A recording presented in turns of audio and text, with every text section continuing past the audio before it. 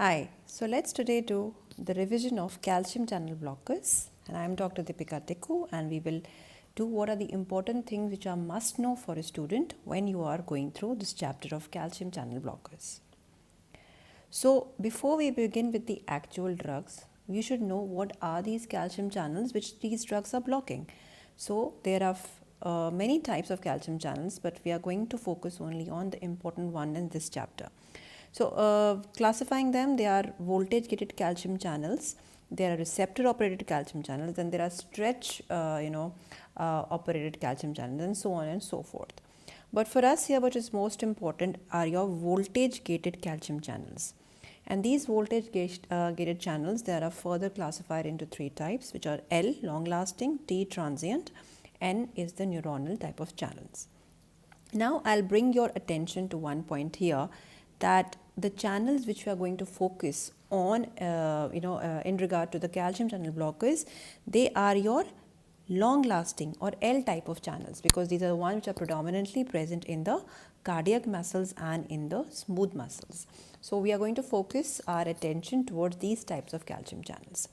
Now apart from this, there's another channel which is important for you, though not in this chapter, but as of now in the chapter of epilepsy, if you remember, there are T type of calcium channels which are associated with a special type of epilepsy that we call as absence seizures. Right? Absence seizures. So these absence seizures are because of the overactivity of these T channels. And what are the drugs which block these T type of calcium channels? The drugs that we have are two. One is your sodium valproate, and the other one is ethosuximide. Most important. Right. So these are the two drugs which are used for the management of absence seizures. So that is important from this T channel point of view. Now when we know these channels, so let's come to the drugs now. So what are the various types of drugs that you see? So the classification of channels or CCBs are into two types mainly. One is dihydropyridines and the other are non-dihydropyridines. The third drug, which is flunarizine, I mentioned, because we usually talk about this as a calcium channel blocker. We don't segregate this or classify this somewhere else. So here I would just like to give you one or two lines about flunarizine. So dihydropyridines, also in short form, we'll write it as DHP, dihydropyridines. So these are the drugs which are going to end with PINE, pines or pines, what you call it. So what are these drugs? So only you need to add pine at the end. So the first we can say that is amlodipine,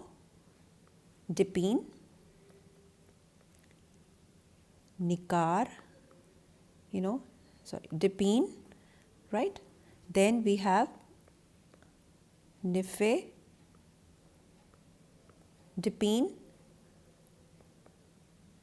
felodipine, and so on and so forth. So these are the few drugs which are your dihydropyridines.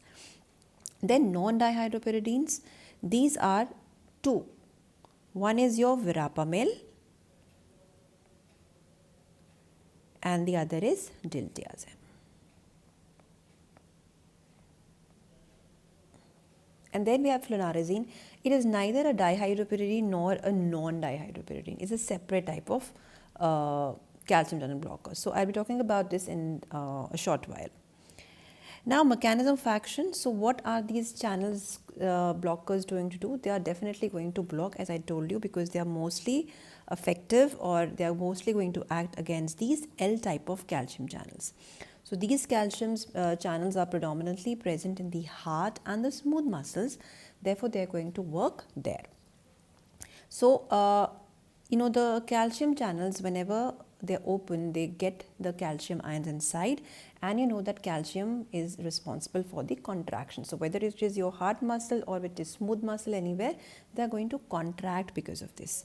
Now if I talk about what happens basically in the cardiac muscles. So in the cardiac muscles, we can see that if this is your cardiac muscle, right, and here you have a channel which is your L type of calcium channels. So your calcium channel, when they open, they bring about the entry of the calcium ions here. Now inside what happens is there are when this calcium enters, there is an organelle which is smooth endoplasmic reticulum, which is actually also a storehouse for calcium. So when this calcium enters from the outside, it is going to trigger the release of this calcium from the smooth endoplasmic reticulum. So your calcium is going to go out, and in the cytoplasm here it is going to combine, and यहाँ पे we have like the actin myosin. So it combines with the troponin first, and then ultimately it brings about the interaction of the actin and myosin, and that leads to the contractions. So this is what normally happens. So what will happen if you give a calcium channel blocker? So if you give a calcium channel blocker, they are going to block this entry of the calcium inside. So now the calcium entry is inside is blocked, and nothing is going to occur. So ultimately what is going to happen is the opposite of contraction. And what is the opposite of contraction? So now you see here there is going to be relaxation of the muscles, right? So that is what is happening. So there is relaxation of these muscles. So that is what we're talking about here. So they cause decrease in the smooth muscle contraction, which is actually relaxation. So if these calcium channels, when they are present in the smooth muscles, they bring about relaxation. But to note that they are also present in other areas of the heart, which is your SA node and your AV node. So what happens there? In SA node, you know that it is primarily involved in generating the heart rate, So they will cause decrease in the heart rate, and the AV node is primarily involved in the conduction of the impulses from the atria to the ventricles. So what will they do? They will cause decrease in the conduction. So that is what is going to happen. So this is an overview of what actually happens when you give calcium channel blockers. Now let's talk about these drugs, and then individually we'll see where their action is more predominant. So non-dihydropyridines, I said there are two types, which is verapamil and diltiazem. Now remember one thing, that non-dihydropyridines, they are more specific action on the heart, while the dihydropyridines, they have more specific action on the blood vessels and the other smooth muscles, right? So out of non-dihydropyridines, verapamil, diltiazem, this is most specific, So verapamil is on one end, which is more heart specific. Dihydropyridines is on the other hand, which is more specific for the smooth muscles like of the blood vessels, etc. And diltiazem is somewhere in between. So it's like verapamil, diltiazem, and then the dihydropyridines. So important question or MCQ question, the most cardiospecific calcium channel blocker, it is verapamil. So actions, obviously, so the actions on the heart will be more predominant. So as I told you, like on the heart, there is your SA node, right? There is your SA node which transfers or carries impulses, then it gets to your AV node, and then these impulses, they are carried to the in the ventricles, right? So this is what happens. So if you are going to block the SA node, and what will happen if you block the AV node? So if you block the SA node, obviously there is decrease in the heart rate, and we can also call as a decrease in the automaticity, because that it generates the impulses. So this effect is also, in other terms, which is important, is called as the negative chronotropic effect. So this is called as the negative chronotropic effect. Similarly, on the AV node, if you see, there is decrease in the conduction if you're blocking it. So, and there will be decreased dromotropic effect. So this is called as negative dromotropic effect. Now atria and ventricles, they are muscles. So just what happens in the muscles, same thing is going to happen here. Just we talked about the muscles, and decreased calcium entry is going to cause decrease in the contraction of these muscles. So basically what they're going to do, they are going to decrease the force of contraction, right, of the atria and the ventricles, and this is known as negative inotropic effect, right? So please remember these important terminologies, because they are used quite often in your pharma or in the physio as such. You should know the meaning, because sometimes students get confused. What is negative chronotropic? What is negative inotropic? Okay, so just remember this. So what are this? So the non-dihydropyridines, they have mostly negative chronotropic, negative dromotropic and negative inotropic effects. Yes, they do have effect on the smooth muscles, but that is more specific with dihydropyridines. Yes, so what happens when they block the smooth muscles? Now the contraction which is blocked or the relaxation which they cause is more marked in the arterioles. So please remember, they don't have that much effect on the veins or the venules. They have more effect on the arterioles. So they will decrease the peripheral vascular resistance and they will decrease the blood pressure. Yes. So remember, they mostly are going to decrease the afterload, not the preload, afterload, because the effect on the arterioles is more marked.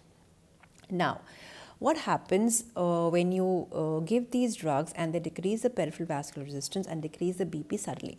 Now, your body senses that there is sudden drop in the blood pressure. So, your body is beautiful. There are mechanisms to, take care of anything which happens. So, there are natural mechanisms which are protective. So, what happens? There are baroreceptors present and they sense that the blood pressure is dropping. So, whenever they sense that the blood pressure is dropping, they will lead to the increase in the sympathetic discharge, because that is, your body senses there is something wrong, blood pressure drop ho raha hai, I need to do something. So they try to help the body by increasing the sympathetic stimulation. So sympathetic stimulation ke wajah se, so this baroreceptor system aa gaya yahan pe, stimulate, and there is sympathetic stimulation. So sympathetic stimulation se kya hoga? Sympathetic stimulation se, when your sympathetic system gets activated, you know what happens to the heart rate, because of the presence of the beta 1 receptors on the heart.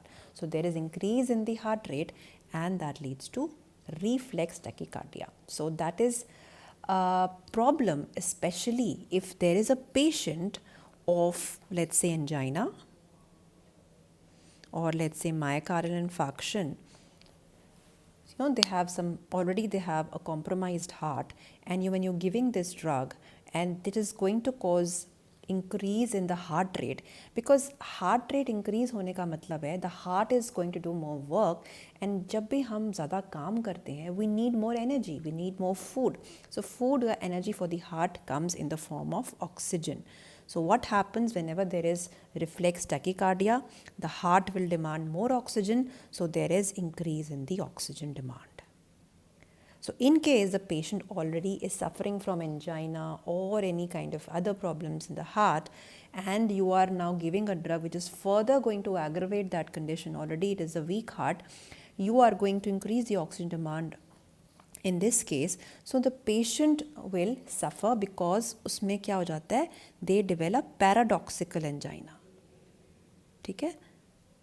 So remember, so you are giving it for a benefit of the patient, but ultimately the patient is developing paradoxical angina. So this is a major drawback with drugs. Now, as I told you, this is specifically or more commonly seen with dihydropyridines, short-acting drugs. Okay? So less marked with these verapamil or diltiazem, because they are more specific towards the heart. Now, coming to the uses of non-dihydropyridines. So because they have more actions on the heart, so definitely the uses will be more directed towards the heart, the heart ones. So angina is one of the primary use of this drug. So in angina, there will be reduced afterload. I told you that is the most important thing. No preload, only afterload. Decrease heart rate and reduction in the cardiac output. So this is the benefit or beneficial effect in angina, especially if we talk about exertional angina. Okay? Exertional angina. And they also increase the exercise tolerance, because they are going to decrease the oxygen demand, right? So they also increase the exercise tolerance. Now, can it be beneficial in variant angina? Yes, it can be beneficial in variant angina also, where there is coronary vasospasm.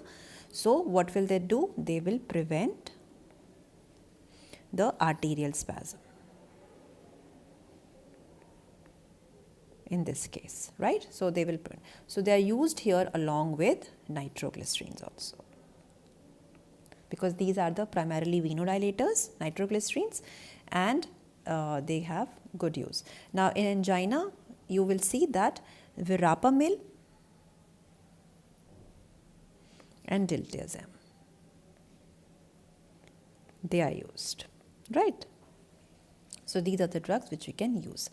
But currently of late, you see that diltiazem is actually more preferred in case of angina as compared to verapamil. Then the second use is PSVT.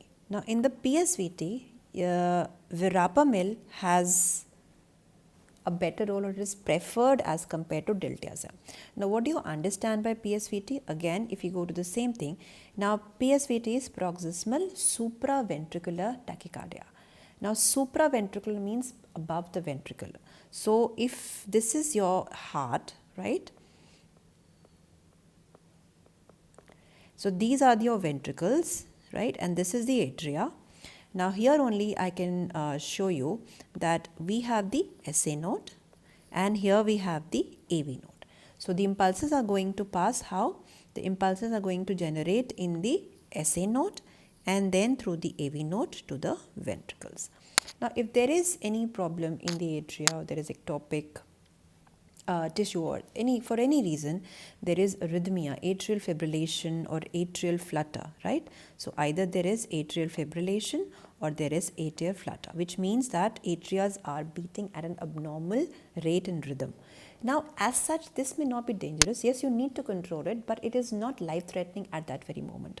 So what is a problem is, if these impulses, they are going to travel through the AV node into the ventricles. Now you know, especially the left ventricle is responsible for to give the blood or to pump out the blood to the various organs, so systemic circulation may. This is the one which is going to do. Now if there is a problem in the left ventricle, it is not beating properly or beating too fast, and not when it beats too fast, what happens, you cannot pump the adequate amount of blood. So this can be a risky situation, patient can die. So this left ventricular arrhythmia or ventricular arrhythmias, they are ventricular fibrillations, they are more dangerous or life threatening. So in PSVT, main aim is that we need to stop the impulses from traveling from the AV node to the ventricles. So that is the main aim. So we use drugs which are going to target the AV node and decrease the conduction of the AV node. Understand? So which are the drugs which decrease the conduction through the AV node, and these drugs are going to be effective. So the ones which are going to block the AV node.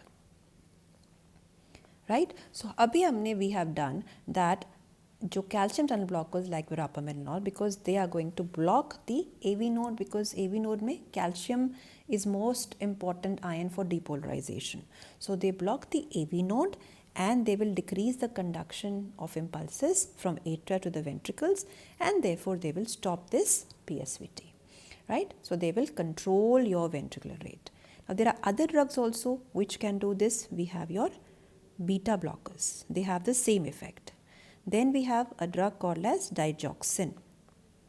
Okay, that also has the same effect. Then we have other drugs. The emergency may we can give the drug of choice for PSVT.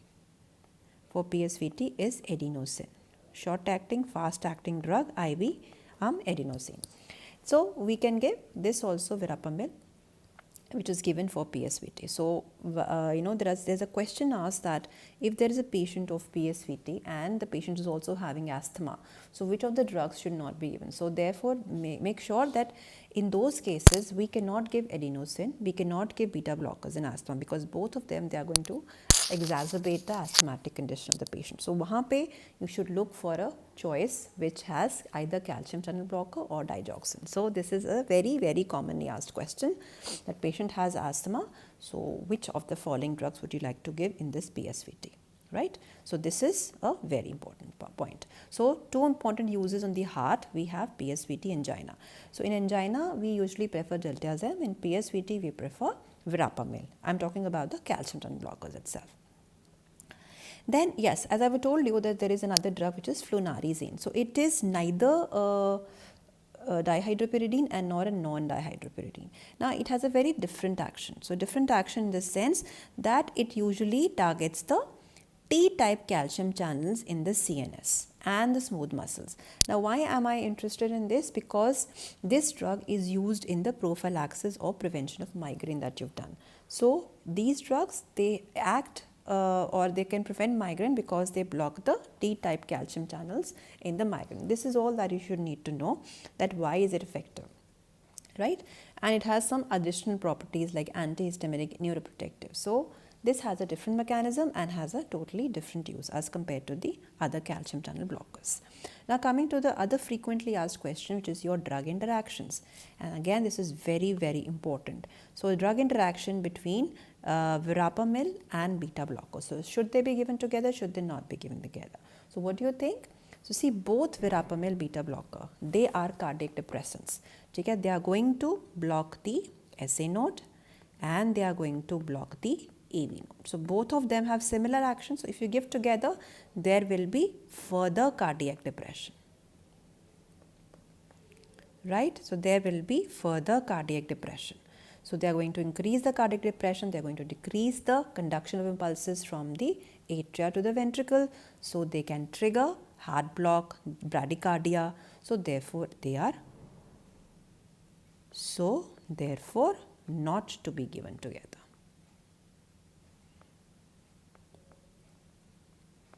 Right. But if you remember, I told you the drugs which mostly act on the blood vessels, they are going to cause reflex tachycardia. You know, we did that because of the sympathetic overactivity, sympathetic system. So if you give beta blockers in those conditions, it will be helpful. So if you give beta blockers with dihydropyridines, that is good. But if you give beta blocker with verapamil, it is not good. Then the other is verapamil plus digoxin. Now verapamil, also remember another question which is frequently asked is, this is a CYP3A4 inhibitor. It is also a P-glycoprotein inhibitor. So this is very commonly asked, that which of the drugs is P-glycoprotein CYP3A4 inhibitor. So what it does is because of this factor, it increases the toxicity of digoxin. And in books, you'll also see that it is written that verapamil also decreases the excretion of digoxin. So by all means, it is going to increase the toxicity of digoxin, therefore not to be given together. Then verapamil with quinidine, again the rationale for this is, it is a CYP3A4 inhibitor. So therefore there is increased chance of hypotension. Even quinidine causes hypotension, and this will also cause hypotension because it is relaxing the blood vessels. So both of them are going to enhance the chances of hypotension. Therefore, not given. Okay. Now, what are the adverse effects of non-dihydropyridines? Because non-dihydropyridines, they are going to cause constipation because they are going to relax the smooth muscles in the intestine. And this is one of the most common side effect. Then bradycardia, as I told you, and therefore they are contraindicated in sick sinus syndrome, heart block, or with beta blocker because of bradycardia. Hypertension, yes, we did right now because it causes relaxation of the blood vessels. Now coming to the dihydropyridine. So all of these drugs are ending with the drug pine. So these are the list of the drugs: nifedipine, amlodipine, felodipine, nitrandipine, lacidipine, clinidipine, nimodipine, nicardipine, benidipine, and these are newer ones, right? Benidipine, lecarnidipine, all these drugs.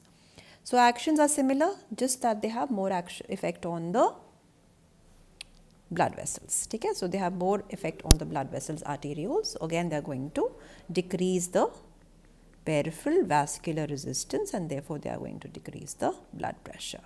Again, this is very, very important to know, that especially the drugs which are immediately causing the decrease in the BP, ekdam se they are going to fall, cause the BB to fall. They are going to enhance reflex tachycardia.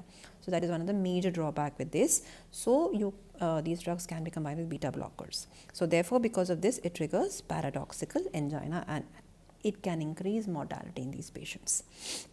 Now, so because if you want to prevent this, what you do, you can combine it with a beta blocker.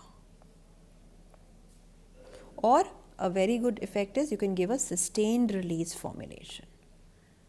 So they are going to cause gradual release of the drug, so the reflex tachycardia won't be that prominent. So they will also relax the smooth muscles of the other organs like bladder, uterus, GIT. So you'll see agar bladder relax karenge, so there will be decrease in the voiding. So therefore in elderly you need to void them. Uterus karenge, so there will be decrease in the, if they relax, so it is a tocolytic. So they cause decrease or they can cause rather delay in labor. And GIT में हमने किया एक तो constipation हो गया and they can also trigger GERD because they relax the LES. ठीक है? So few important points about amlodipine. This is one of the most common drug which is used for management of hypertension because it is long acting. It is not short acting, so therefore it has less of those side effects of reflex tachycardia, etc. So therefore it is much preferred. It has decreased chances of headache,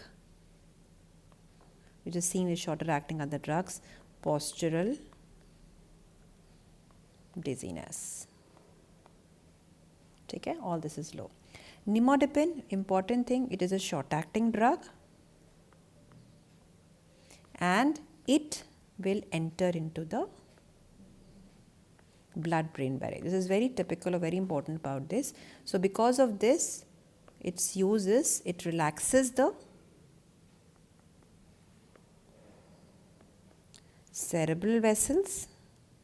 And where do you think it can be useful to us? In case of conditions like subarachnoid hemorrhage or intracranial hemorrhage, where after 1 or 2 days there is vasospasm of the arteries, cerebral vasospasm, and this can lead to infarction or the ischemia of the area, and that is a problem. So to prevent this, we can use nimodipine because the only CCB which actually enters into the brain, crosses the blood-brain barrier.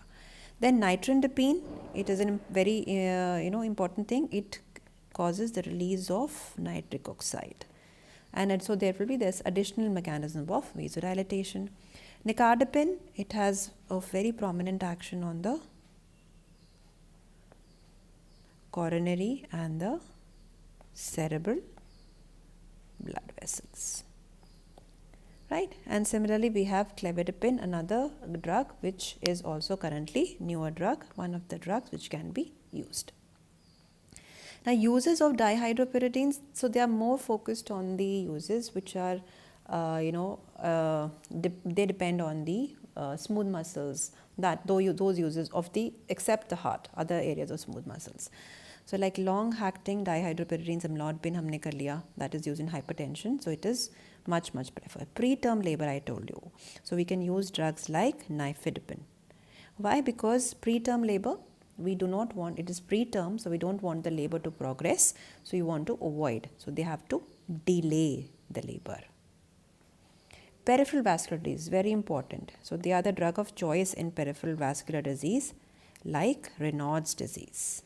Because यहाँ पे क्या होता है Raynaud's disease, that जो peripheral vessels होते हैं hands के, especially the feet के, there is vasospasm, especially if you are immersing your hand, these patients immerse their hand in cold water or feet in cold water, so there is vasospasm of these peripheral digits, the vessels of the peripheral digits. So to prevent that, we can give, or to treat that, we give Raynaud's disease, calcium channel blockers to prevent this. Subarachnoid hemorrhage, I just told you that the drug which is nimodipine, it is used. Okay. Adverse effects of dihydropyridines, so all these adverse effects because of vasodilatory effect. So अगर cerebral vessels vasodilate हो जाएंगे तो headache है, skin के facial vessels vasodilate, flushing, hypotension because of relaxation.